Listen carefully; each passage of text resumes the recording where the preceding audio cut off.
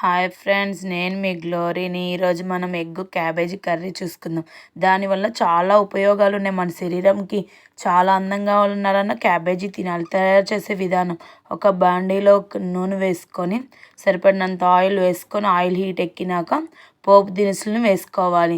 పోపు దినుసులు వేసుకున్నాక ఎండుమిర్చి, కరివేపాకు వేసుకున్నాక వేగినాక కొంచెం ఆనియన్స్ కట్ చేసుకొని సన్నగా ఆనియన్స్ కూడా వేయించుకుంటూ ఉండాలి.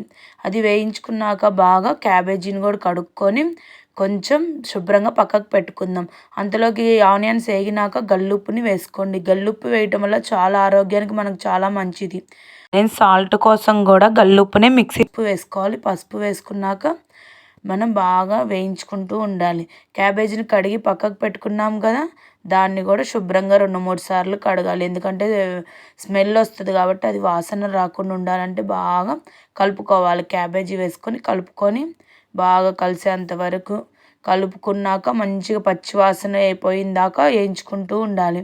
ఇప్పుడు బాగా అది అంతా కలిపినాక వేగినాక వెల్లుల్లి బాగా ఎర్రగా వేగినాక వెల్లుల్లి వేసుకోవాలి. వెల్లుల్లి దంచి వేసుకోవాలి. అల్లం పేస్ట్ లేకుండా వెల్లుల్లి వేసుకోవాలి.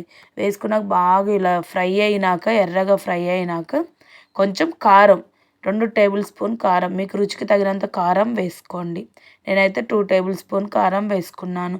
బాగా కలిపి మొత్తం కలుపుకోవాలి. కలుపుకున్నాక 4 ఎగ్స్ని, ఒక కేజీకి క్యాబేజీకి 4 ఎగ్స్ నేను వేస్తున్నాను. మీరైతే 6 అయినా వేసుకోవచ్చు, 6 గుడ్లు అయినా వేసుకోవచ్చు. వేసుకొని నేనైతే 4 గుడ్లు వేసుకొని బాగా కలుపుకోవాలి. అది ఒక్కసారే కలపాలి.